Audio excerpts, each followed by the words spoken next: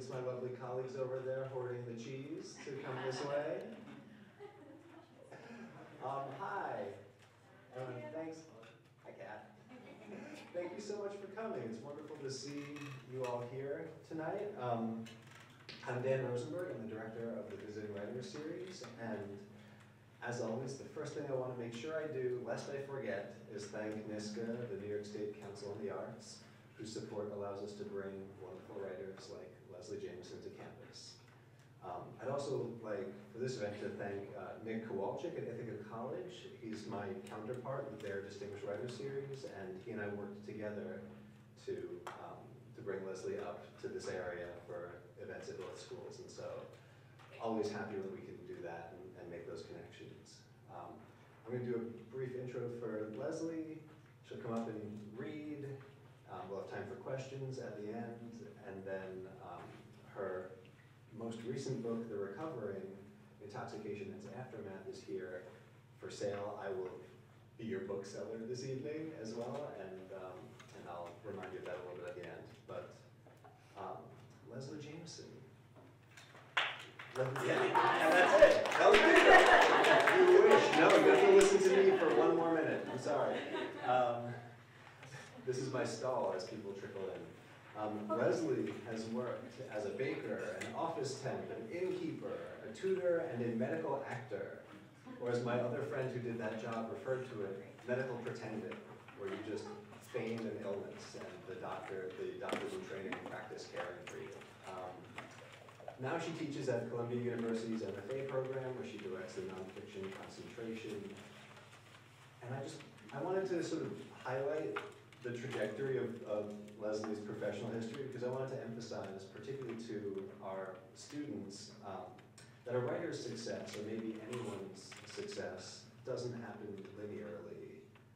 There are detours and false starts, but those are as important as the victories in shaping who we are and who we think, or what we think is important to us as writers and as people.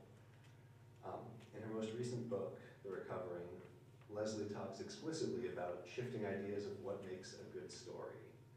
How in the world of recovery from alcoholism and substance abuse, the best stories aren't necessarily the most original ones, but the most familiar ones that can affirm. And she weaves together the stories of her own experiences with recovery with those of famous writers and other artists and other less famous people, and the attitude of the culture at large toward addiction, deciding who is sick and who is a criminal. It's a memoir, and it's journalism, and it's research, and it's reportage, all intertwined. And reading it, I felt like I was reading a beautiful portrait of someone who understands the human world through literature as much as through experience, and who therefore understands the human world through a lens of empathy. To be inside one of Leslie's stories is to be in the company of an honest mind at active work.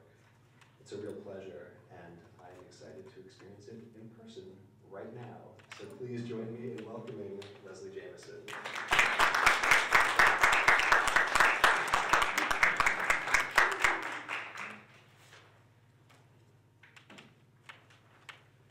Thank you, Dan. That was such a lovely introduction. I'm also, it's always nice when an introduction includes some of my former jobs, because then it means that if my reading doesn't leave you guys with anything you want to ask me questions about, you can ask me about being an innkeeper and a baker and a medical pretender, which is what we should all call that job. But yes, I'm going to read a little bit, and I'll tell you a little bit about what I'm going to read. But really my favorite part of the evening is always the questions, because I've read my books already several times, and what really feels most alive to me is when I get to hear your responses and what you're wondering about, either from the passages that I read or more broadly about these the two books I'm going to read from, or as Dan was saying so beautifully, like the way that a kind of writing life often has many twists and turns and unexpected moments. So I'm happy to talk about that as well. And I should just say, always, I'm so curious always to know what you guys are wrestling with in your work or in your thinking about what writing can do. So feel free to bring those questions to me as well. So I'm going to read a little bit from this book, The Recovering, which Dan was describing so gracefully. And then I'm going to read a little bit from a book that I have coming out in September, which is a collection of essays called Make It Scream, Make It Burn.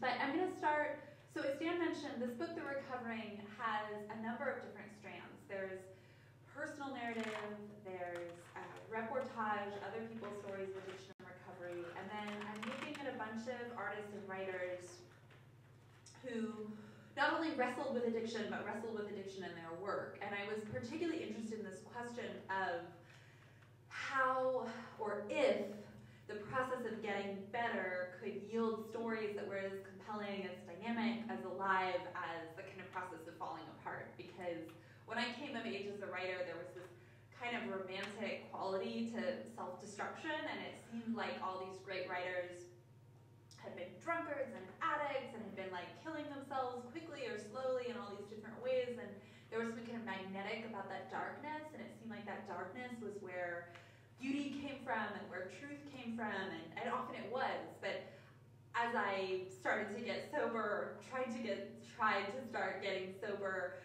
I was really interested in like how could you make art that was beautiful and dynamic from the kind of space and process of getting better? Like, was that possible? What would that look like? So I was in this book I document not only my own process of trying to get sober, but also look at other artists and writers to see how sobriety and recovery changed, what their work was like, and what they wanted their creative work to do. So those are some of the questions that I was wrestling with here. But the passage I thought I would read today is actually a passage I've never read before out loud. I mean, I've read it, but I haven't never read it out loud. And so the masterclass conversation that we were having earlier, in which people were bringing up a lot of really fascinating questions. One of the things we were talking about was like, what do you owe other people when you're writing about them? And this book includes quite a bit of narrative around a 4-year relationship that spanned essentially the last couple years of my drinking and the first couple years of my sobriety. And earlier today I was talking a little bit about the process of showing this manuscript while it was still in process to the person who was in that relationship with me, somebody named Dave, and going back and forth with him. I'm not in a relationship with him any longer, but he's a tremendous and very generous person, and he was willing to engage with me about the way that I was telling the story of our relationship in this book. And at one point, one of the things that he sort of pushed back against in this early draft that he read was the way in which he felt like the portrait of him was very one-sided, and it was a sort of one-sided portrait of our relationship that showed so much of our struggle and not very much of our bliss. And so he was sort of pushing me to honor the complexity of what we shared, to sort of show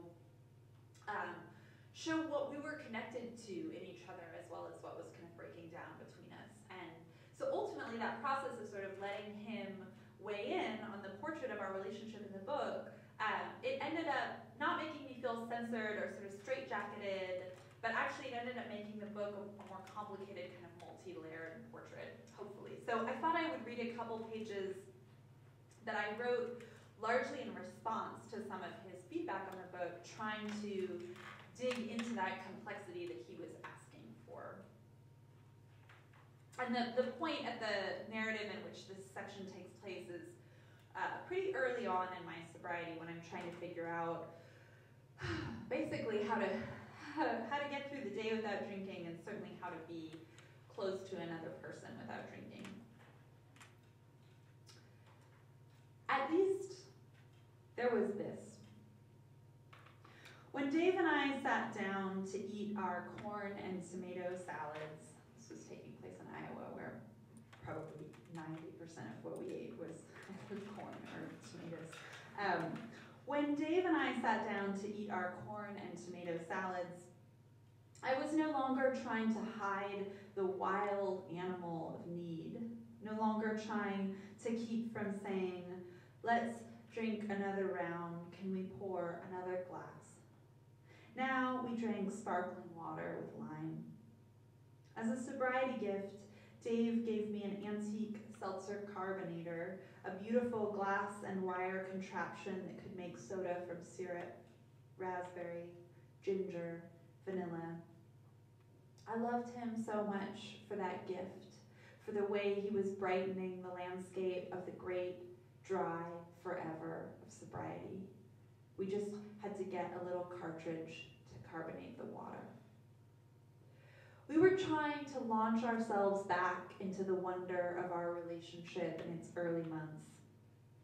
On a bright, cold winter day, we drove in search of a place called the Maharishi Vedic City, a town founded by a guru in the middle of cornfields, where every building faced east and had a little golden spire on its roof.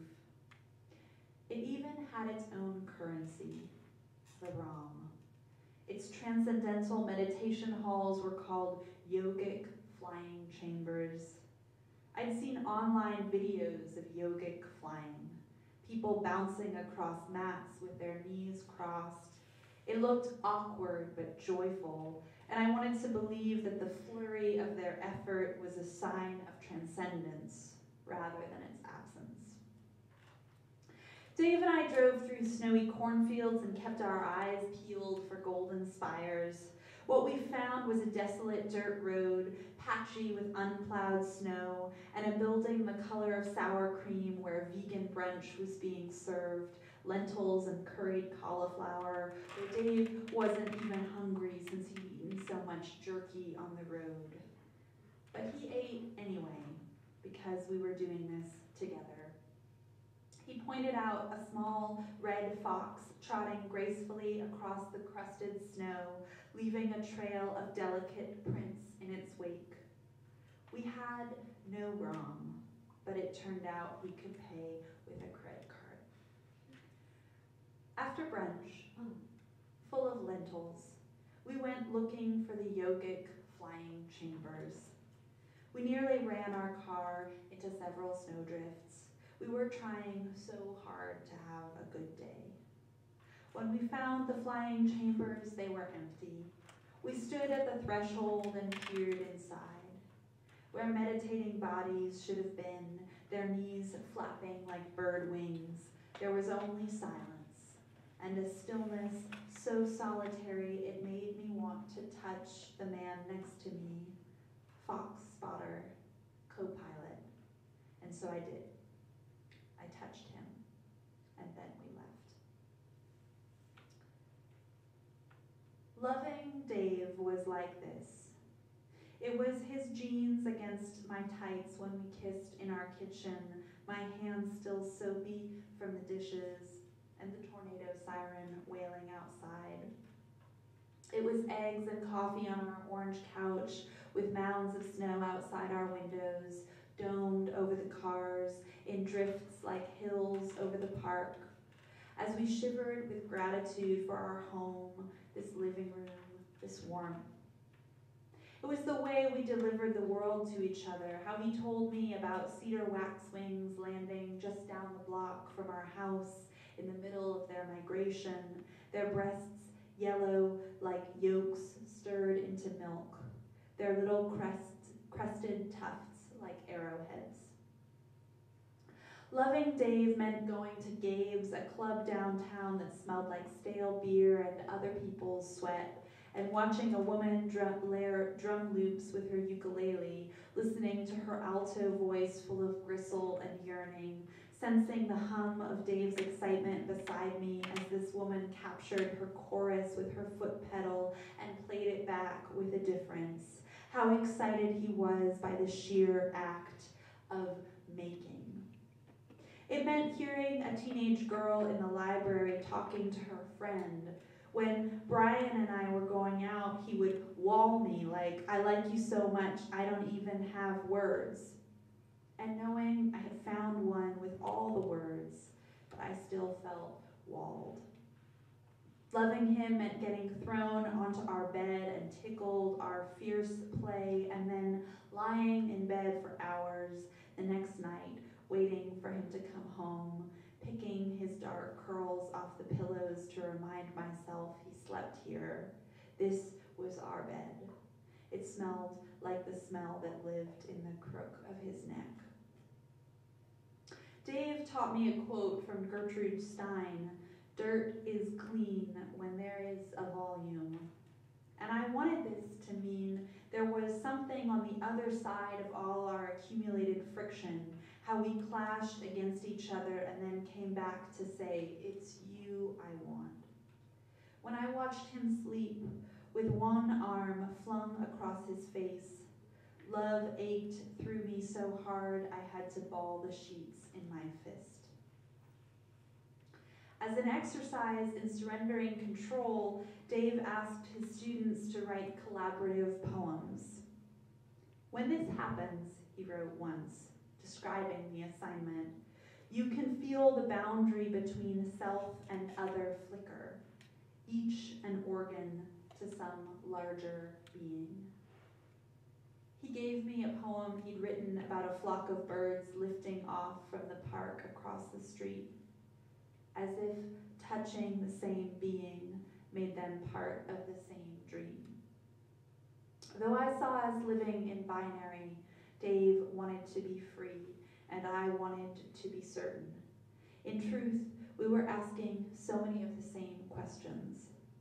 What it meant to let your edges dissolve, to be surprised, to touch some dream or being larger than yourself.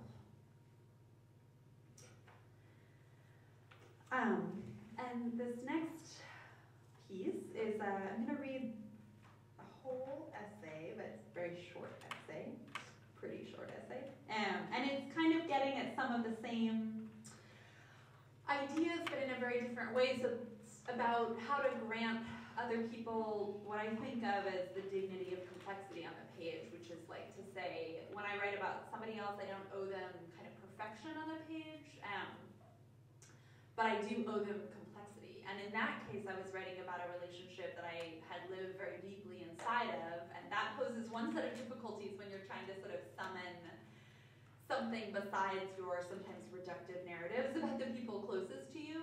But this essay is about an encounter with a stranger, and it's, in a way, transcribing the attempt to grant that stranger the dignity of complexity as well. And it is called Layover Story. This is the story of a layover. Who tells that story? I'm telling it to you now. One January evening, my flight got delayed out of Louisiana, where I'd been talking to people about their past lives, and I missed my connection in Houston.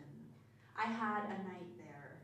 Trying to have a travel experience near the Houston airport is like trying to write a poem from the words on a yeast packet. Don't try to make it beautiful. Just let it rise. Let the freeways run like unspooled thread into the night. Blink against the neon signs of chain stores. Take shelter where you can. I take shelter at the Salmon Pink Hotel where I am sent.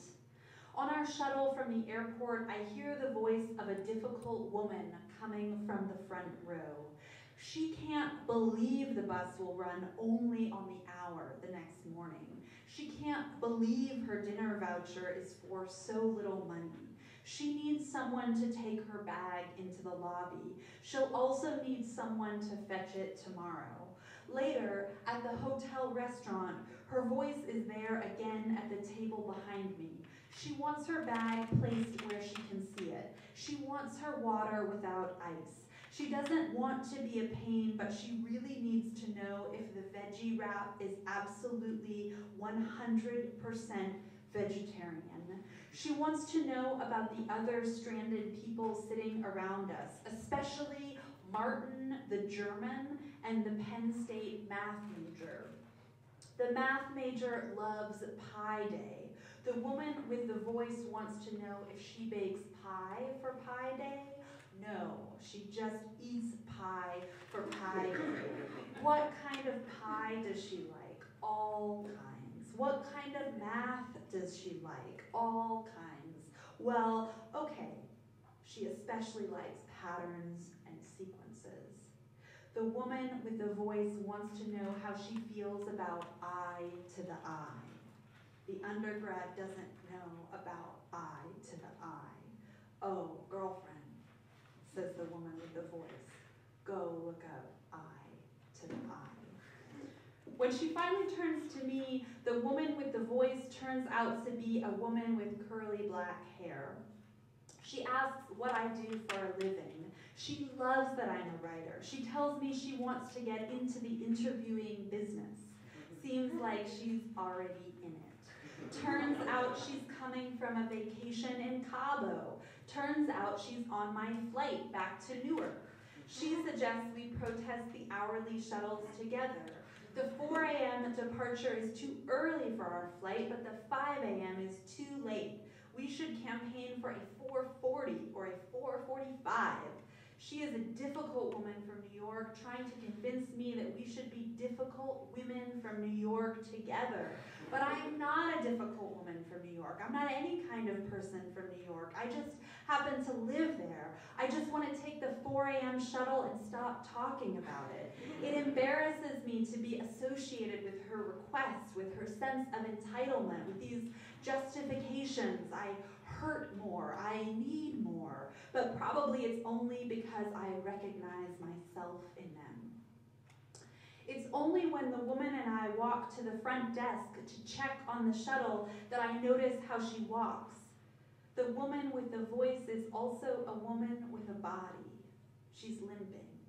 Once I notice her limp, I feel guilty about leaving her to make the shuttle request alone, as if it would be an act of abandonment in her hour of need to refuse her my company. She tells the clerk she needs help with her bags, and in the morning she will need help again. She explains that she was in a wheelchair at the airport. I bet she has one of those nebulous pain conditions where the pain is always moving somewhere else. I bet she felt like a victim before she ever started hurting. I am actually thinking these things, and I am someone who has written indignantly about the world's tendency to minimize the pain of women in precisely these ways for precisely these reasons. We don't get our 4:40 shuttle. She's going to speak to a manager, she tells me. She'll call me when she gets this sorted out. She takes my number. We trade our names. Back in my room, I Google the name she's given me. It's fairly unusual and involves a body part. The first 10 hits are all the same porn star. The next hit is an article about a stabbing spree on the Upper West Side a year earlier. A homeless man lunged at 5 strangers with a pair of scissors. The face of the woman with the voice is one of the 5 faces. I enlarge her on my screen. I try to remember her limp, which part of her was hurting. 5 people, including a 2-year-old boy, were rushed to the hospital after a man went on a 9-minute rampage. I picture the woman with the voice, with scissors in her thigh or her knee or her foot, severing some nerve or vein and leaving her, a year later, still limping. When I see her in the morning, I won't tell her what I know. The etiquette of our era demands that we pretend we are still unknown to each other, when she will know I probably Googled her and I will know she probably Googled me. But I find myself reframing everything I've seen her do, every complaint, every demand, every annoying attempt at small talk, as if a victim couldn't also be a solipsist. Now I want to read everything about her more generously in order to compensate her for the indignity of becoming a character in my story, the woman with the voice, when she was already another kind of character in another story entirely. The next morning, I try to help her as best I can. I carry her bags through the Houston airport. I offer to stay with her while she waits for her wheelchair. I barely grimace when she speaks rudely to the airport staff. She's been fucking stabbed, She asks me to pre-board the plane with her and get her bag stowed above her seat. She asks if I'd help her get from Newark to the city once we arrive, if I can get her to the airport train station in New Jersey, through New Jersey Transit, then through Penn Station itself in New York, all those stairs and escalators and platforms and doorways and crowds and crowded baggage racks. I say, yes, yes, yes, yes to all of it. She has a story and now I'm part of it. I'm swollen with virtue. I'm so swollen with virtue I can hardly believe it when the man sitting next to me on the flight wants to have a conversation. Doesn't he understand? My virtue has already found its object. I have none of it left for small talk with strangers. The woman with the voice is sitting in the front of the plane, probably making someone wish they were sitting in the back. The man next to me starts talking about driving his sister out to Texas, where she was moving for work. She's a traveling nurse, and they drove through an ice storm in Atlanta, and I really couldn't care less. This guy is just a kid complaining about the Houston airport not having enough vending machines. I feel like his mother, as if I should offer him a snack. On the tiny monitors above us, a nature documentary plays. A baby bison is getting cornered by a pack of wolves. What will happen next? Only one thing we all know. Back home in Brooklyn, no one is waiting for me. I'm newly single and not so newly 30, and leaving lots of crumbs between my couch cushions from dinners made of crackers that don't seem like the dinners of an adult. Now this guy is talking about his tour in Iraq. He says he got used to desert skies. Oh, his life is a little different than I thought. I don't know how to ask him about the war, but I ask him anyway. I ask him about the guys he was there with. That seems safe, possible. He shakes his head, the best crew of guys ever. Now here I am, he says, nudging his duffel bag, flying home with an army bag full of hermit crab shells. I ask how many are in there. Maybe 50, he says. He has a daughter, and she has 4 pet hermit crabs. I ask if they have names. They've got so many names I can't keep track, he says. Their names are always changing. Right now, there is one named Clippers, and the others are Peaches. All 3 of them? Yep. Just peaches and peaches and peaches. He says they need a bottomless buffet of shells. They keep getting bigger, so they keep needing new ones. So the shells in his bag aren't hermit crab shells because they were made by hermit crabs, but because hermit crabs might someday use them? Yes, he says, that is correct. Perhaps there is profundity in this. We claim something not by making it, but by making it useful. What we squat inside of can begin to constitute us. And now he's saying something else, something about the new aquarium he's building for Clippers and the Peaches. He's using old shower doors from his construction company. He has over 20 large sheets of glass, he says, and more than 50 smaller ones. And I'm trying to run the meaning-making logic over this one too. We have the big and the small. We have more than we can use. But it doesn't yield Houston all over again. And how big will his fucking crab aquarium be anyway? An entire city block. This guy can't decide whether to be interesting or not. Like someone who is mostly late, but every once in a while, unaccountably, on time. Why would I possibly believe he owed me interest anyway? Other lives are shells I want to scavenge only when the mood strikes right, only when the shells are good enough. For now, I want to know what these crabs eat. He says they'll eat pellets, but they prefer fresh fruit. What kind of fruit? Pineapples, he says. They love pineapples. He explains they have a lot of preferences. For example, they need salt water and fresh water. What about when they live in the ocean, I ask? How do they get fresh water then? He doesn't know. He says, that's what I'm still trying to figure out. This man punctures me. I felt like his mother until he said he was a father. I think of all the fear he's known, the guilt and loss and boredom, and how I don't know any of it. His endlessness is something I receive in finite anecdotes. Big desert skies, a little girl poking crabs. Sometimes I feel I owe a stranger nothing, and then I feel I owe him everything. Because he fought and I didn't, because I dismissed him or misunderstood him, because I forgot for a moment that his life, like everyone else's, holds more than I could ever possibly see. It makes me think of that David Foster Wallace commencement speech, "This is water," the one that everyone finds inspiring except for the people who think it's unbearably trite and find it pathetic that everyone else is so inspired by it. I'm so inspired by it. Wallace talks about the tedium of standing at a supermarket checkout counter, irritated by the other people in line. How stupid, this is a quote, and cow-like and dead-eyed and non-human they seem. But, he says, you can choose to see them differently. You can regard the woman who just yelled at her kid and admit that for all you know, she might have just stayed up for 3 nights straight with a husband dying of bone cancer. Maybe she just helped your spouse get through some tangle at the DMV. Maybe the annoying woman on the bus just got stabbed by a deranged stranger on her morning jog.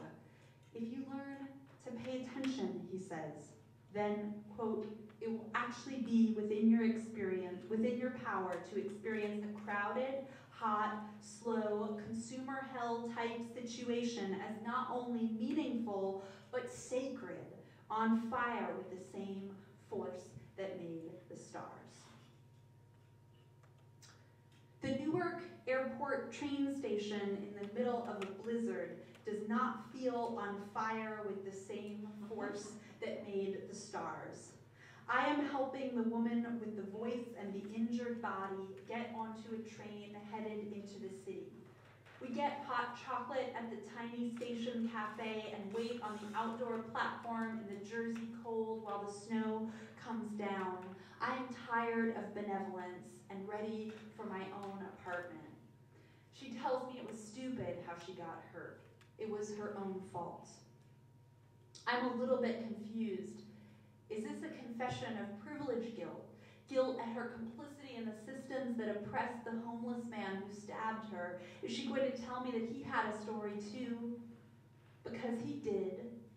Untreated mental illness, a life spent moving from shelter to shelter. He got sentenced to 23 years in prison for the stabbing, where most likely his mental illness remains untreated still. One of his victims was a former principal dancer for the New York City Ballet, out walking with his 18-month-old son who was stabbed twice in the arm.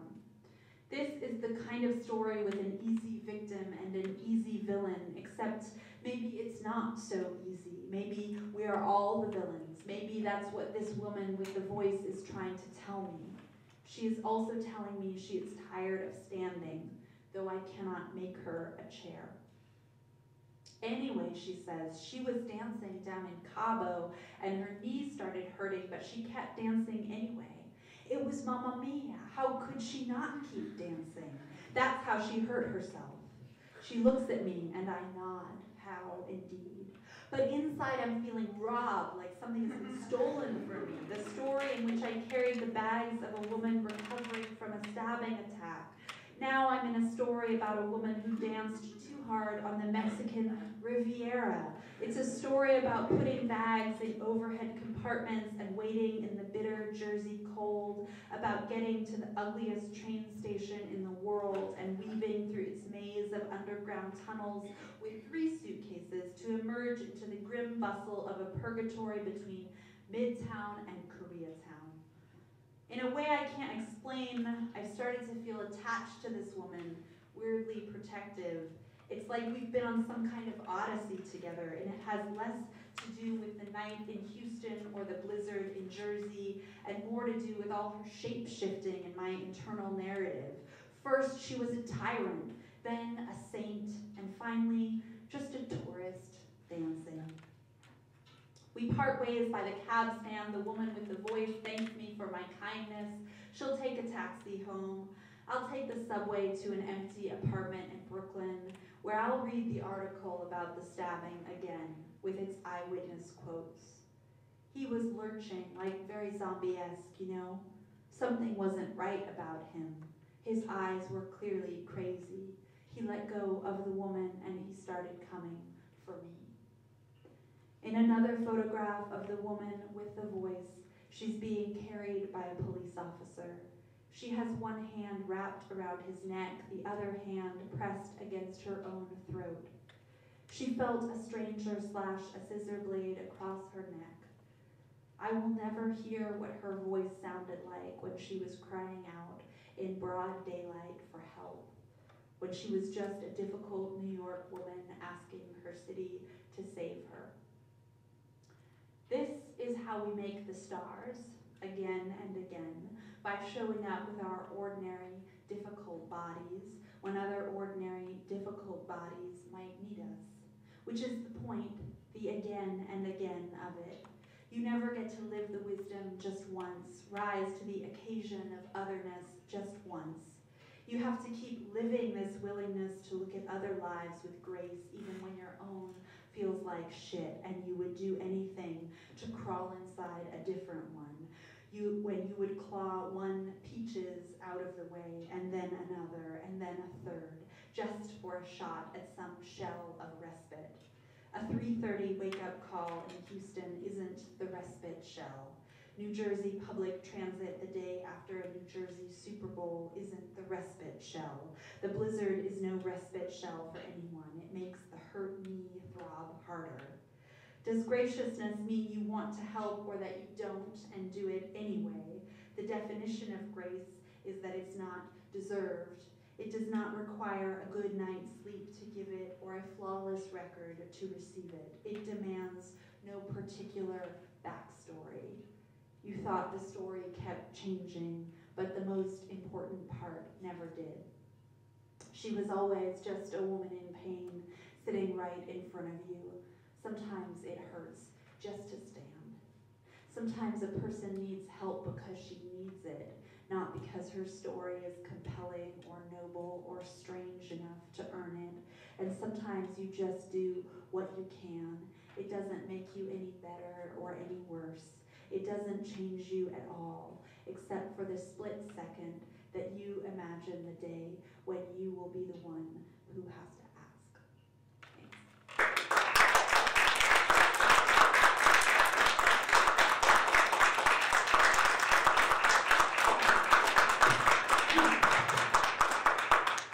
So I think we have some time left for my favorite part, for questions. I feel like I've read forever. I've taken us from daily life into the night. But yeah, I would love to hear questions about either of those pieces or about writing more generally or different kinds of nonfiction or my different jobs or my personal life or like asking about. Why do you write nonfiction? Why that particular form?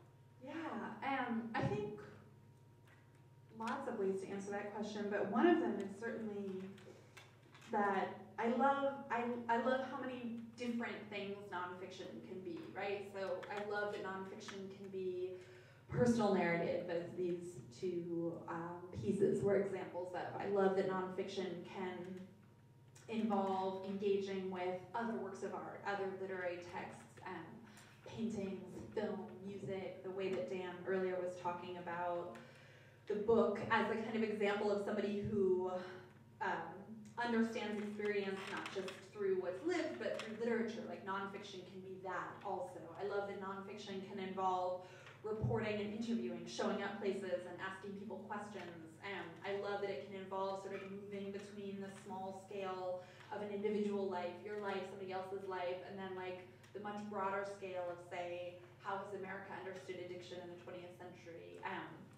And I think I love the ways that you don't have to kind of choose between those modes when you write, but can think about the ways that they speak to each other. And there's also just frankly like a kind of experiential relief in those multiple modes, as well as what's interesting to me sort of intellectually about how they might work together. So what's difficult about writing personal narrative is a different sort of difficult than what's difficult about spending weeks in an archive, assembling all this research material, and then figuring out what to say about it. And both of those kinds of difficulty are different from the difficulties of showing up in a room with someone and figuring out how to interview them in order to get to the kind of like grit and grain of their story. So in working on a project like The Recovering, I found that there was something really energizing about moving between those struggles. So when I would get really sick of rummaging through my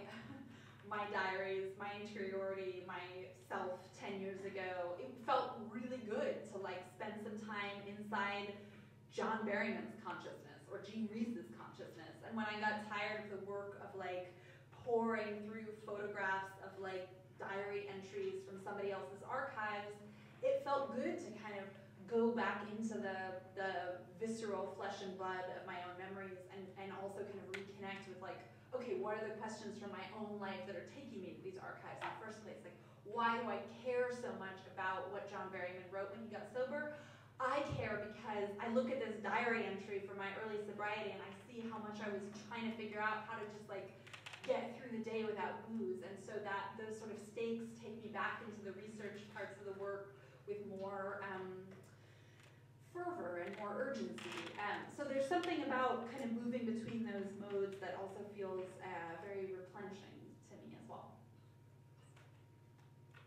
Yeah. When you're writing about a particular story, like the essay you just read, do you find yourself like recognizing while you're in the moment that you might write about it later and like trying to write down details, or do you like does it come to you more upon like reflection of like what just happened, what the past, I guess? Yeah, that's a great question. It's a little different each time. So with this particular case, I mean, I think the moment when I Googled that woman and saw that she had been stabbed, I'd like to say, and I think it's true that my first reaction was to feel horrified that that had happened and she had gone through that. But then I think there was another part of me that was like, oh, maybe I'll write about this encounter, you know? And so then I think I really did get into that sort of hyper-attuned mode where I was like, what's happened? Like, what's going on in this Houston hotel? These things that had just felt sort of curious to me, like this like unrelenting way that she engaged with the people around her. And a kind of dynamic that I might not have thought I would write about, but was certainly paying attention to, like, why am I so judgmental of this woman's sense of her needs, and then how does that judgment feel so instantaneously flipped by this piece of knowledge? Like, they kind of move from just my brain taking note of things to my impulse to maybe like write some of them down. So sometimes there is a way that I'm like taking notes on experience as it's happening. But I don't live all of life sort of like verbally taking photographs like while I'm on vacation, you know. It's like, I think there's also a way that I'll end up using, if I am going back to an experience that I didn't necessarily plan on writing about, I'm often drawing on what I think of as like personal archives, right? So like I do keep diaries, and those diaries aren't entirely about like material for future writing. It's also just a way of processing experience. Or I often look through my own Gmail archives, like you kind of never know what your emails from a particular era of life are going to show you. So like something else that came up in this project, there was a period when in the course of the relationship that I read a little bit about, Dave and I were trying very hard to kind of save our relationship near the end. And I was looking through some old emails from that era because I was doing that thing that maybe some of you have experienced where I was just writing in very general, kind of abstracted terms, like we were trying hard to save our relationship, you know, and those terms, while fine for conversation, don't necessarily make for the most specific or granular, compelling writing. So I was like, how can I bring this set of feelings to life? So I was looking for specificity, which is like my holy grail in writing. I was looking for specificity by going back through some old emails, and I ended up finding, I had totally forgotten that we had been part of a CSA, like one of those farm subscription services. We were getting produce from this farm every week, and so I kept seeing all these emails like from the farm that would be like a zucchini bread recipe or like a potato goulash, you know, and I just remembered how I never made a single fucking one of those recipes. And that to me, then I was like, oh, right, like, I could start to remember all this like unused produce, like getting, like cooling in that weird, disgusting like juice in your cooler drawer in your fridge. And then I was like, oh, right, that's like maybe one way of trying to get across this space we were in, where I was like, had these hopes, you know, these hopes for a relationship where we're like getting the farm produce and like making the zucchini bread and like making the goulash and like having this domestic life with each other, but actually the produce was just like getting moldy in the cooler drawer. So it was like, that was just like an example of the way that my Gmail archive sort of like brought me back into the folds of my life in a particular moment, even when I hadn't been writing everything down to like preserve it for the record.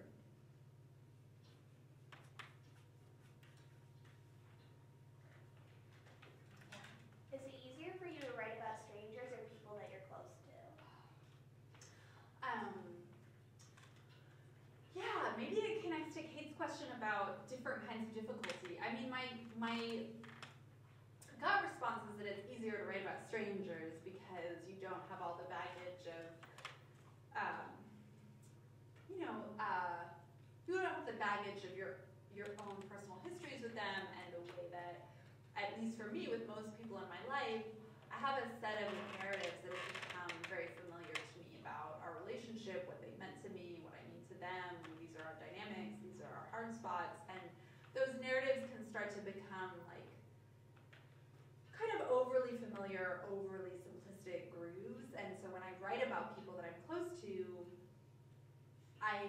I almost always end up like kind of writing into those grooves, and then I can see, if I'm lucky, or somebody else has to point out to me in rough drafts, like, this seems like overly simple, or this kind of has like a bit of a tinny, hollow quality to the prose, like it doesn't feel rich and complicated and contradictory in the way that experience is. So then I have to like revise to get to like the messy, complicated truth underneath the easy, reductive, what I sometimes call like the cocktail party anecdote version of the truth. And so those are some of the challenges embedded in writing about people that I'm close to, or people who are in a really part of my life. With strangers, you don't have that. Like, they're sort of fresh and mysterious to you, and you're not like scraping away the crud of all of your emotional baggage. But there's also the downside that you like ultimately don't know that much about them, and so you're kind of like contending with your own ignorance, but at least your ignorance is a little bit more on the surface. Like your blindness is sometimes more invisible to you, if that makes sense, when it comes to people who are close to you. So with strangers, I think humility comes a little bit more easily, or a little bit more inevitably, rather than being this kind of like sinister, sneaky,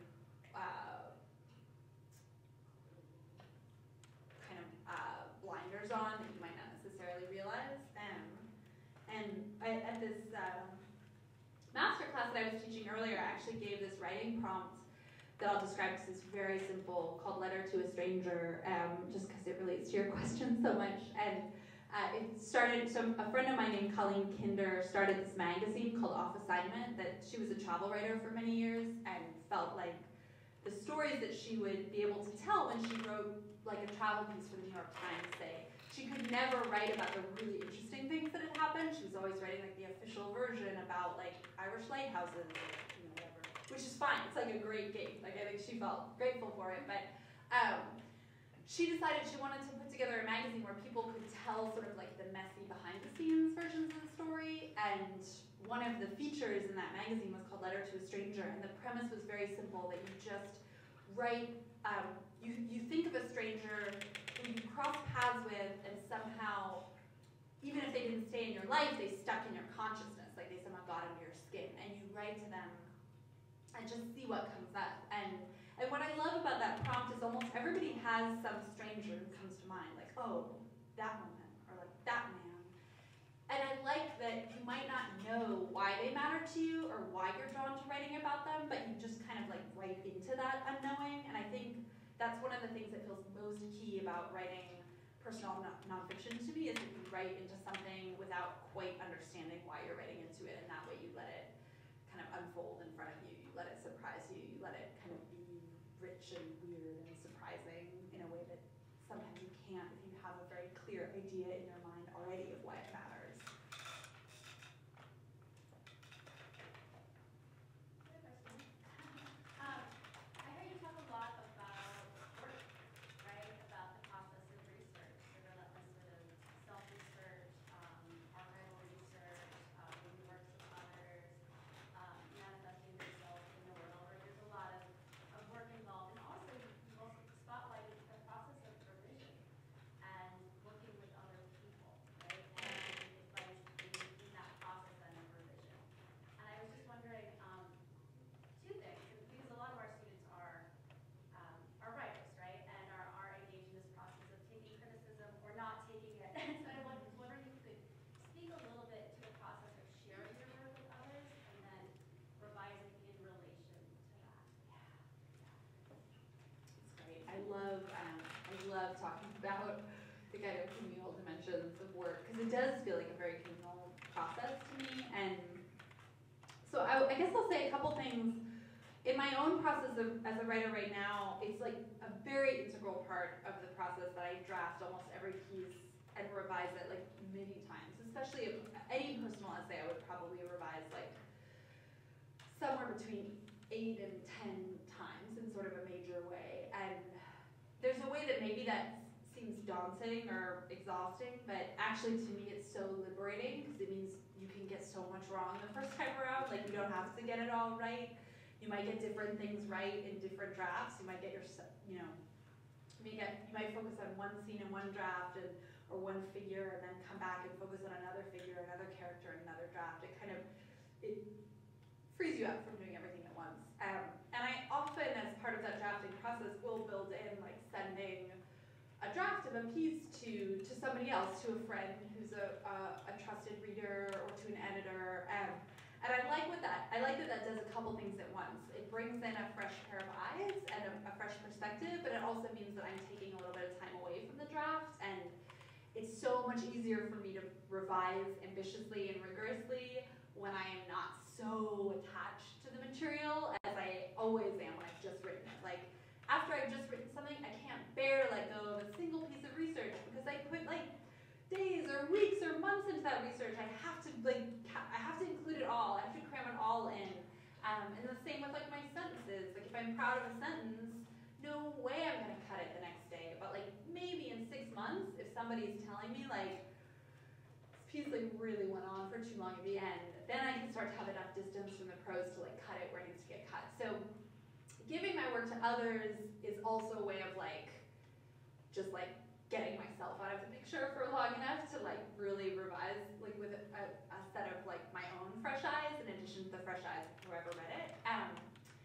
And yeah, I think it can work in both directions. Like, it can, sometimes I'm hearing a really necessary sort of criticism, but I also think there's a way that when you're working on a piece, you can get sick of it, and you can get so saturated with its problems and so kind of like tangled up in its problems that you just can't see a way out of the spider web of it. And it can be really nice to have somebody come in and say, this is like really interesting that like there was this prison hospital where addicts were treated in Kentucky in the 1930s. Like, I didn't know about that thing that was like half prison, half hospital. And like, you're so tangled up in like, how do I write this section about the prison hospital? Like, what needs to be there, what doesn't? That just hearing somebody be like, this is interesting, can sort of like take you back to that place where it was worth writing about in the first place. So it's not all like just getting critique.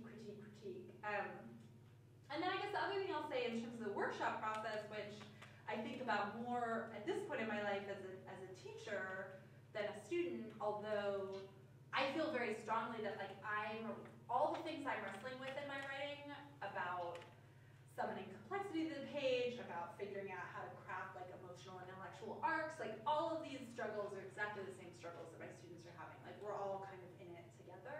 I really, it's not just like lip service. I actually just viscerally feel that every day that I teach. And I think one of the things that I tell my students about workshop, which is something I heard from my very first workshop instructor in grad school, was like, it's a great day if 20% of what you hear in workshop is useful to you. And that mattered to me to hear, because I think as like a little budding people pleaser, I've been a people pleaser my whole life, but when I emerged from a workshop, what I wanted to do was write a piece that everybody was gonna love. I wanted to incorporate everybody's feedback and create, something that was gonna mean it was impossible for anybody to say a critical word about it. But that's impossible. It'll never happen that way. If you're writing anything worth writing, there's always gonna be somebody who hates it. And so that kind of at a certain point, you have to realize the job of making art isn't to create consensus sanctioned works that everybody says, great, I sign off on it. That's not what happens. So if you kind of let go of that, then workshop can be all right, people are gonna say their piece, and it's no disrespect to somebody to say thoughtful comment.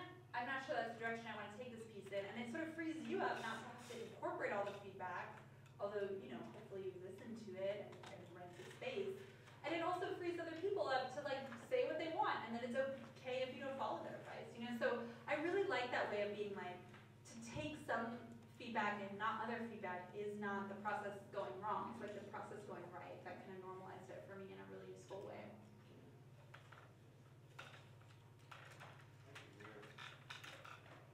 We're pretty much at time. Greg, bring us home, Greg. All right, I want to ask a question about your text, the forming of it. In the recovery, you have this strange balance between the micro and the macro, and there are moments where you incorporate pop culture, Billie Holiday, Amy Winehouse movies, and you do it in such a fluid way that it seems organic. When you put the text together, did you start with the idea that it was going to be dynamic in both the micro and macro sense? Yeah, it's such a beautiful question, and I'm glad that it felt fluent. I think I guess I started with a hope, that it would feel dynamic in that way, and that both parts would feel necessary, right? My great fear was that it would feel the book was performing some kind of movement between different kinds of writing, just for the sake of doing that, rather than because each strand absolutely needed to be there. So it felt really important to me that you were learning something, not just in terms of content or information, but learning something about the experience of addiction, or trying to form a narrative about addiction, or recovery, and how recovery was simultaneously sort of terrifying and expansive, or the challenges of trying to write about getting better. You were getting something from each section that you couldn't get from any other section, and I think that to me was that feeling of each section being necessary was a really important part of how to create that sense of dynamic movement between them. And then I also think there's something satisfying, at least to me as a reader, about moving between micro and macro, and about seeing stories, seeing truths that you can only see by juxtaposing certain things against each other. So the story of John Berryman as this white male poet who everybody, or not everybody, but who was sort of celebrated by the press and by his peers as this sort of self-destructive man whose self-destruction was very related to his genius. To see that in contrast to somebody like Billie Holiday, whose self-destruction was narrated in a very different way. For some people, right, it was her self-destruction was really related to her genius, but for other people, she was a black woman who had created a crime and belonged in prison. And so there's something about telling those two stories together that felt really important to me, to say, why was one person's addiction narrated as a symptom of genius and another person's addiction narrated as a crime? Why do we not tell these stories in the same place, and what happens when we try to bring them into the same space? So I think there was a way that I wanted that I guess what I'm trying to say there is the dynamic movement wasn't always just supposed to be about resonance or parallels, or this situation is this situation, I'm putting them together, but I actually wanted there to be friction between the storylines too, in ways that they didn't line up, and that was kind of supposed to be troubling and uncomfortable, and I wanted that to be part of the dynamic energy too. Wonderful, thank you.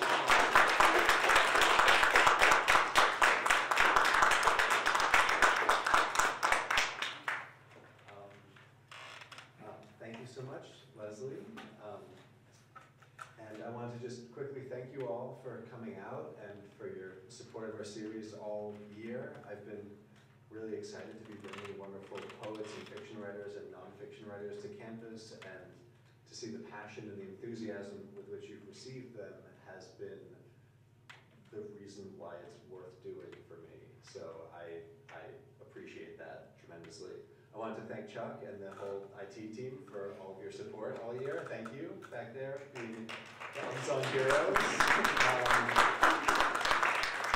And finally, with the reminder that, courtesy of the bookstore, Leslie's books are here for sale. I will be pretending to be working for the bookstore. If you want to come up and buy one of the books, or if you have your own copy, I'm sure Leslie would be happy to sign it.